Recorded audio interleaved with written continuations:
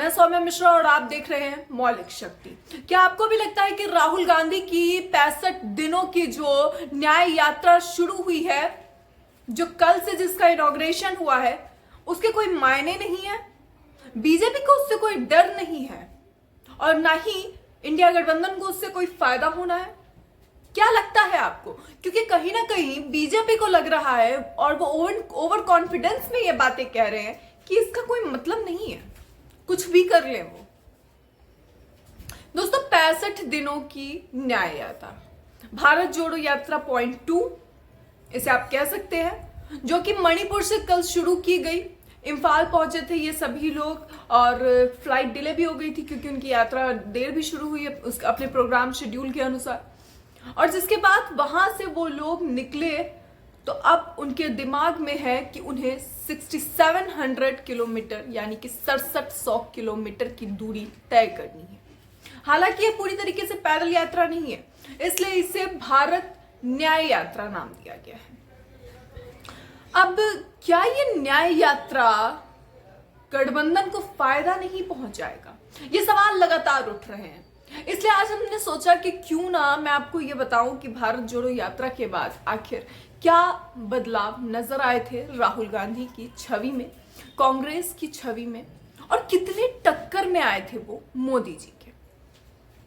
दोस्तों, आपको याद होगा कि जब भारत जोड़ो यात्रा हुई थी उससे पहले राहुल गांधी की छवि बीजेपी द्वारा कई तरीके से गिराने की कोशिश की गई थी, अलग अलग बातें कही जा रही थी, जिसके बाद बीजेपी द्वारा राहुल गांधी को यह भी कहा गया था कि वो ये हर जगह जाकर फोटोग्राफ्स खिंचवाना, ये सब सिर्फ और सिर्फ मतलब अपना चेहरा सामने लाने के लिए लोगों के कर रहे हैं। मगर वो छवि ऐसी बैठी कि अचानक से राहुल गांधी की जो इमेज थी उसमें एक बड़ा इजाफा होता है और राहुल गांधी पीएम मोदी को टक्कर देने लगते हैं।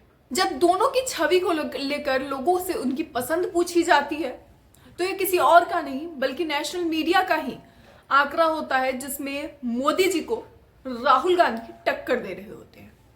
और अब कल जो शुरू हुई है न्याय यात्रा, उसकी शुरुआत कैसे हुई, उसे लेकर किसने क्या कहा और क्या बातें की गई है, सबसे पहले तो आप वो देखिए।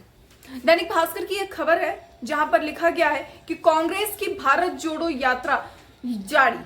राहुल बोले पीएम मणिपुर के आंसू पोंछने नहीं आए, कहा यह शर्म की बात है।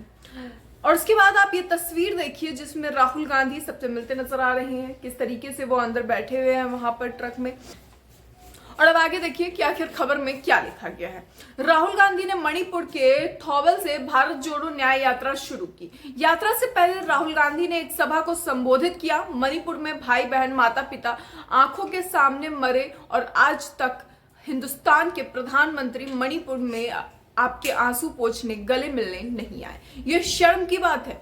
राहुल ने आगे कहा, हम आपकी सुनने आए हैं, मन की बात सुनने नहीं। वहीं कांग्रेस अध्यक्ष मल्लिकार्जुन खड़गे मोदी जी समंदर में सैर करने जाते हैं, राम राम जपते हैं, लेकिन मणिपुर नहीं आते। उनके मुंह से में राम और बगल में छुरी है, ये मल्लिकार्जुन खड़गे का कहना है। मल्लिकार्जुन खड़गे सीधी तौर पर उस बात को टारगेट कर रहे हैं कि राम नाम जपने के लिए तो समय है मोदी जी के पास। मोदी जी के पास भरपूर समय है श्री राम के भजन के लिए, मोदी जी के पास भरपूर समय है मन की बात करने के लिए, मगर मोदी जी के पास आकर बात करने के लिए समय नहीं है। मोदी जी के पास उन लोगों का दर्द बांटने के लिए समय नहीं है जिनके साथ भयावह अपराध हुए, दर्दनाक घटनाएं जिनके साथ हुई, उसके बावजूद मणिपुर को उन्होंने देश का हिस्सा ही नहीं समझा है। उनके पास विदेशों की समस्याएं सॉल्व करने का समय है, लेकिन उनके पास देश में क्या चल रहा है उसे सॉल्व करने के लिए समय नहीं है। उनके पास मालदीव्स में जवाब देने के लिए समय है, समुद्र में जाकर तैराकी करने के लिए समय है, मगर मणिपुर में आकर मिलने के लिए समय नहीं है। ये सारी बातें मल्लिकार्जुन खड़गे की कहना है और उन्होंने ये बात सीधे तौर पर कही है कि मोदी जी के मुंह में राम बगल में छुरी है। आगे देखिए कि आखिर क्या कहा गया है। राहुल के साथ अशोक गहलोत, सचिन पायलट, दिग्विजय सिंह, सलमान कुरैशी, आनंद शर्मा और राजीव शुक्ला जैसे कई सीनियर नेता मणिपुर पहुंचे। राहुल की भारत जोड़ो यात्रा 15 राज्यों के 110 जिलों को कवर करेगी। इसमें राहुल 6700 किलोमीटर का सफर तय करेंगे। यात्रा 20 मार्च को मुंबई में खत्म होगी और उसके बाद से क्या क्या किस किस नेता ने बयान दिए हैं उस पर जरा नजर डालते हैं। जयराम रमेश के बारे में आप सभी जानते हैं कि किस तरह से वो लंबे समय से ईवीएम को लेकर और लगातार चुनाव आयोग से सवाल पूछ रहे हैं और इसके बाद अब उन्होंने इसमें क्या कहा है भारत न्याय यात्रा की शुरुआत के दिन, ये भी देखिए। यात्रा के बीच मीडिया से बातचीत करते हुए कांग्रेस नेता जयराम रमेश ने कहा, 8 महीने हो गए प्रधानमंत्री अब तक मणिपुर क्यों नहीं आए, वह अपनी चुप्पी क्यों नहीं तोड़ते। लोग यहाँ आ रहे हैं और राहुल गांधी से मिल रहे हैं, वे उनके साथ अपना दर्द साझा कर रहे हैं। ये बात उनका कहना है, ये बात जयराम रमेश ने कही है। वहीं इसे लेकर राहुल ने भी अपनी बात कही है। राहुल कहते हैं कि चुनाव में ज्यादा समय नहीं बचा, इसलिए पैदल के साथ साथ बस यात्रा का फैसला किया गया है। सवाल उठा कि यात्रा कहां से शुरू करें, किसी ने कहा वेस्ट से करो, किसी ने ईस्ट से बताया। मैंने साफ कह दिया, अगली भारत जोड़ो यात्रा सिर्फ मणिपुर से शुरू हो सकती है। मणिपुर में बीजेपी की नफरत की राजनीति है, तो क्या इस नफरत की राजनीति को राहुल गांधी टारगेट कर रहे हैं या फिर अपनी मोहब्बत की दुकान खोली गई है मणिपुर में? और क्या अगर मणिपुर में मोहब्बत की दुकान खोली जाती है और इन राज्यों में भी उसी तरह से एक बड़े लोगों के, बड़े जनता के आंकड़े को वो टारगेट करते हैं और उनके दिल में अपनी जगह बना लेते हैं, तो क्या मोदी जी को बड़ा घाटा नहीं होगा 2024 में?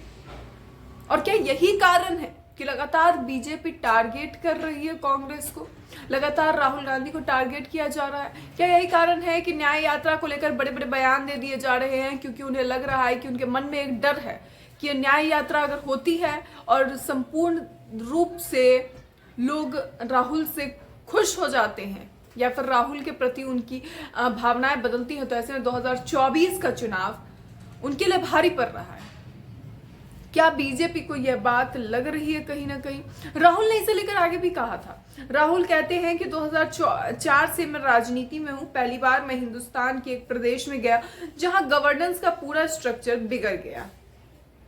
29 जून के बाद से मणिपुर बदल गया, कोने कोने में नफरत फैली, लाखों लोगों को नुकसान हुआ, भाई बहन माता पिता आंखों के सामने मेरे, और आज तक हिंदुस्तान के प्रधानमंत्री मणिपुर में आपके आंसू पोंछने, गले मिलने नहीं आए। ये शर्म की बात है। सीधे तौर पर जो है वो कहा गया है कि मणिपुर में आज तक प्रधानमंत्री एक बार भी दौरा करने नहीं गए और जब से घटना हुई है उसके बाद तो उन्हें जाना ही जाना चाहिए था, मगर उसके बावजूद वो नहीं गए। ये शर्म की बात नहीं तो और क्या है? ये शर्म से डूब मरने वाली हालत है। उसके बावजूद समंदर में डूबने जाते हैं, समंदर में तैराकी करने जाते हैं हमारे देश के प्रधानमंत्री, हमारे देश के प्रधानमंत्री, तेजस्वी प्रधानमंत्री, जो कई बार कभी नेहरू पे बातें करते हैं, कभी किसी पे कुछ टिप्पणी करते हैं। इसे लेकर भी मल्लिकार्जुन खड़गे ने कहा है। मल्लिकार्जुन खड़गे बोले कि पंडित नेहरू ने मणिपुर को भारत का गहना बताया था। जब पंडित नेहरू पहली बार मणिपुर आए थे तब उन्होंने इसे भारत का गहना बताया था। यही बात इंदिरा और राजीव गांधी ने भी कही थी। यह मणिपुर की वह भूमि है जो आजादी के लिए लड़ी थी। इसके साथ ही मल्लिकार्जुन खड़गे ने एक शायरी भी पढ़ दी उसी बीचों बीच। उन्होंने कहा कि जब हौसला बना लिया ऊंची उड़ान का, फिर देखना फिजूल है कल आसमान का। और अब इसी शायरी के साथ, इसी जज्बे के साथ कांग्रेस ने ये न्याय यात्रा शुरू की है। कांग्रेस का कहना है कि कहीं ना कहीं हम लोगों को जोड़ेंगे इससे। न्याय की गुहार जो हर जगह से लगाई जा रही है, उन्हें वो न्याय मिलेगा।